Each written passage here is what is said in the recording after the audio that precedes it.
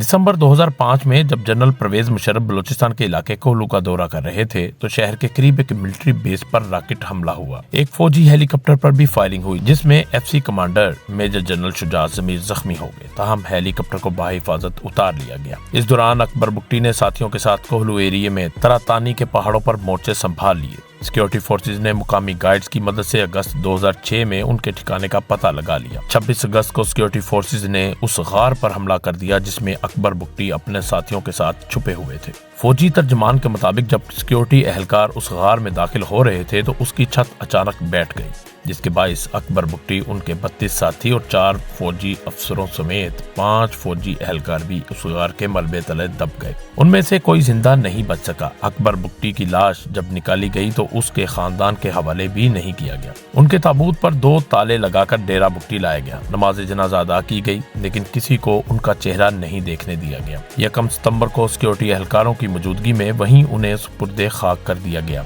इस सरकारी जनाजे में बुगटी खानदान के किसी फर्द ने शिरकत नहीं की। अकबर बुगटी के बेटे जमील बुगटी कहते हैं कि हमें क्या मालूम ताबूत में कौन था। हमें यकीन नहीं कि ये वाकई अकबर बुगटी ही की तदफीन हुई है या किसी और की, लेकिन बलूचिस्तान के एक मुअज़्ज़िज़ सरदार की मौत ने पूरे सूबे में फिर बदअमनी पैदा कर दी जो किसी न किसी शक्ल में आज तक जारी है। नवंबर 2024 में एक बार फिर हुकूमत पाकिस्तान ने बलूचिस्तान में बाकायदा फौजी ऑपरेशन की मंजूरी दी। बलूचिस्तान में सिक्योरिटी फोर्सेस के मुकाबले पर कई अस्करियत पसंद बलोच ग्रुप्स हैं, लेकिन 2 बड़ी तंजीमें ज्यादा सरगर्म अमल हैं। पहली तंजीम बलूचिस्तान लिबरेशन आर्मी BLA और दूसरी बलूचिस्तान लिबरेशन फ्रंट BLF है। इसके अलावा एक तंजीम बलोच नेशनलिस्ट आर्मी भी थी, लेकिन दिसंबर 2023 में उसके सरबराह सरफराज बंगलजई ने साथियों समेत सिक्योरिटी फोर्सेस के सामने सरेंडर कर दिया था। अब बाकी 2 ऑर्गेनाइजेशन जो अभी तक एक्टिव हैं उनमें BLA ज्यादा ताकतवर तंजीम समझी जाती है। इसे पाकिस्तान के अलावा अमेरिका और बरतानिया ने भी दहशतगर्द तंजीम डिक्लेयर कर रखा है।